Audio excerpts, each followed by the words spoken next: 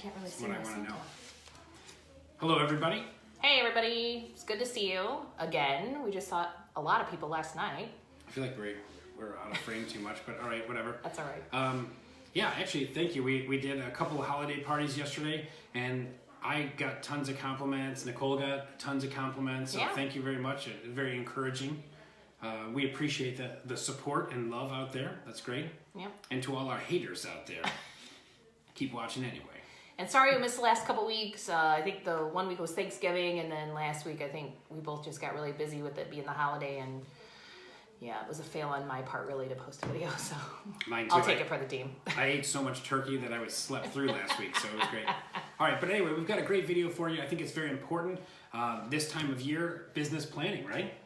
Yeah, but first, I have to do a request that everybody asked me about last night. We were discussing Craig's phone case, and I just have to show everybody this beauty. First of all, can you see it? Look at how glittery it is. And somehow it has a kickstand. I'm not sure how you do that, though.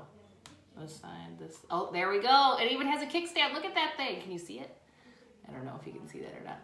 Make sure you hold it up against something dark so it shows up really well. Yeah, so Craig actually thought this was not a glitter case, supposedly a Galaxy case. He bought this off Amazon and couldn't tell the difference. So I'm very big picture, guys, and I thought it was the universe, and it turns out it's just like someone dunked it in glue and bedazzled the heck out of it. So he matches like every girl realtor on our team's case. It's fine. It's fine. Look, everyone knows, all right?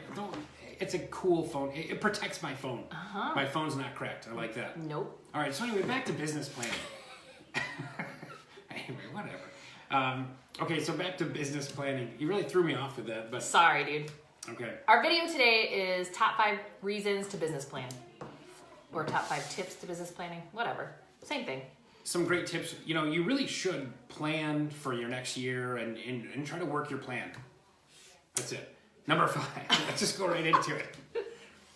I think one of the most important things is write your business plan down, keep it in front of you or somewhere where you can see it so you can reference it periodically, but write it down, plan it out, find out where all your business came from last year, write down that, and then work on a plan on how you're gonna, do a little bit more this year or learn more in your career. Yeah, last week I spent an entire week basically numbers crunching. Where did our leads come from? Conversion for the agents, which type of lead did they convert the best?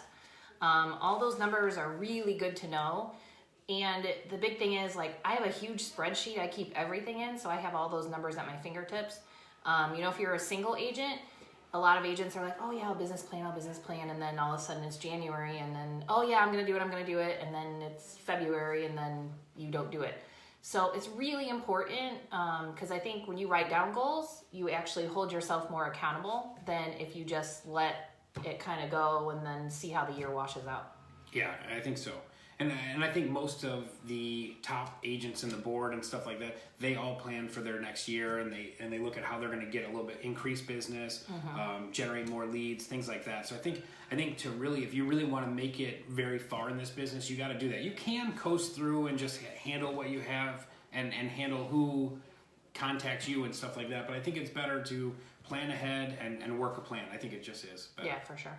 All right, which brings us to our next one, which will be number 4. See if your brokerage or your office manager can offer you training on scheduling business plans.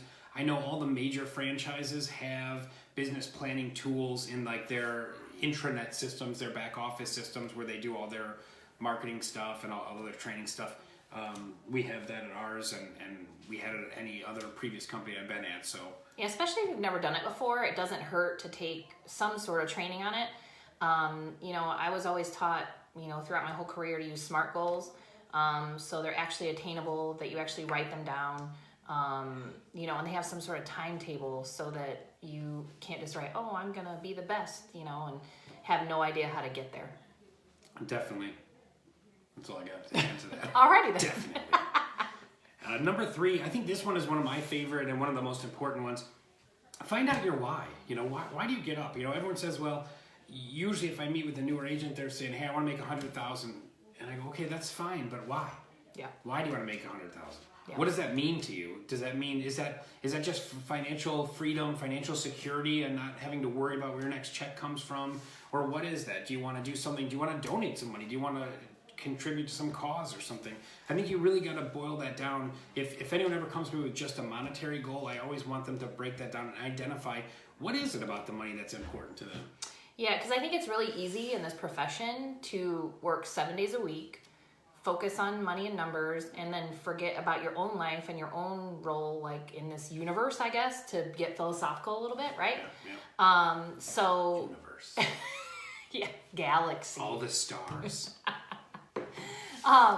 So, you know, don't get yourself to the point where you're doing the job just to make money, because that's not a good place to be, I don't think. And because that kind of rolls into our next one too. I think life should be more important. It should be more than just about money. And your work. Yeah, I think it was Napoleon Hill in Think and Grow Rich that said, you know, do what you love to do and the money will find you. Yeah, for sure. Yeah, that is for sure. Okay, number 2. Are we on number 2, right? No, we were on number 3, figuring out the why, and now number 2 we're on kind of number rolls 2. into that Thanks, same thing. Thanks. And now she's caught up to me. Great. She was on a 10-second delay. Goals don't have, and this is good too, goals don't have to just be numbers. Yep. You know, you should have training goals, personal goals, anything. You know, it doesn't have to just be numbers, right? Yeah, and I think like if you like, you know, I'm training my new agents, like, okay, you know, we're going to sit down in January and talk about your goals. I don't want you just to come to me with numbers goals. I want you to come to me with how are you going to build the foundation on your business, right? So are you going to make a Facebook page and get 100 followers? Are you going to do Instagram? Like, what kind of social media are you going to do? Do you want to do community events? How do you want to make a good foundation for yourself and your own business outside of the team? Yeah. And that really needs to be something else besides numbers. You can't you have to work on your foundation every year. Yeah. Yeah, definitely. And if you need a benchmark, let's say you've been doing this maybe 3 years or so and you're experiencing some success, you're doing good, you know this is going to be a great career. A good benchmark that we try to do with experienced agents is by increasing their business by about 20% a year. I think 20% is pretty aggressive, so it's not... That's a lot. Yeah, we disagreed on this and we did. We did. Yeah. But I we've think had that's a agents lot. that get to maybe 2 deals a month on average. They're doing about 25 transactions a year. Then all of a sudden the next year they're like, yeah, I want to do 50 this year. And it's like, well, that's a big jump from 25 to 50. I mean, that you might need an assistant or a buyer's agent or something. So it's kind of, you know, you want to be realistic because you want to get in a habit of attaining your goals and achieving them, you know? Yeah, and I think that's kind of like where you need to stick to realistic goals, right?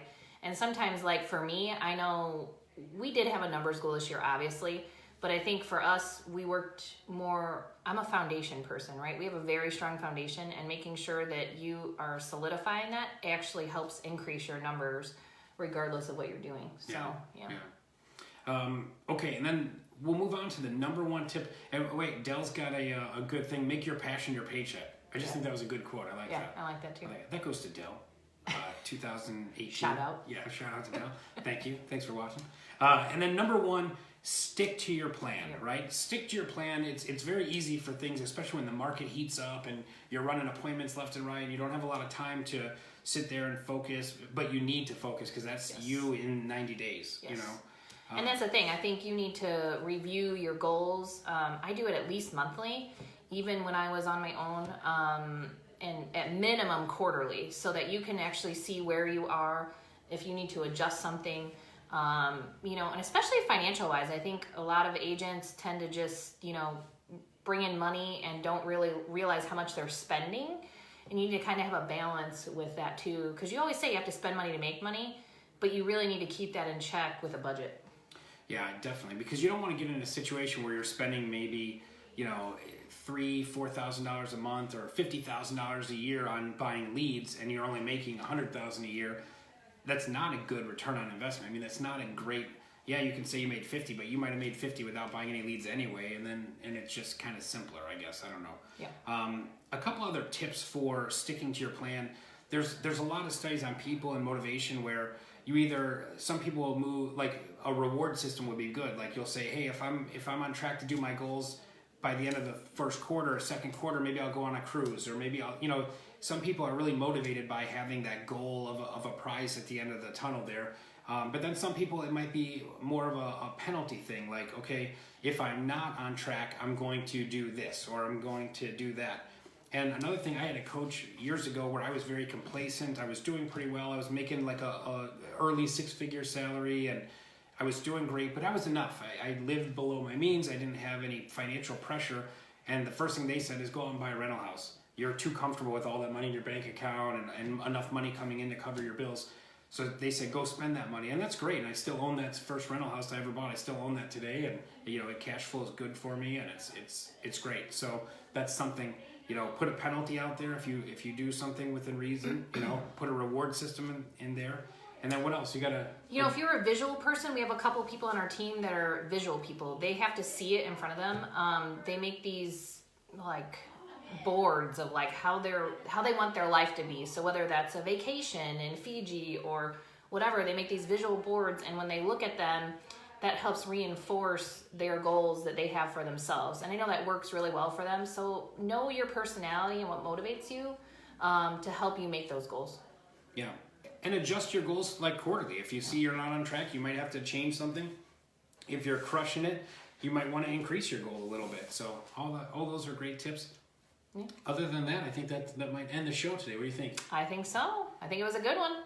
It was great. It was great. Well, anyway, thank you guys for watching, and thanks again for all the support and stuff. And if you want any ideas for future shows you'd like us to do, leave some comments in there. Nicole and I do. Nicole reads them all. Share and like the video. We love that. We love to hear from you guys. If there's anything you particularly want to hear about, we're open to suggestions. So awesome. Well, thanks again, and get back to work. Thanks, guys.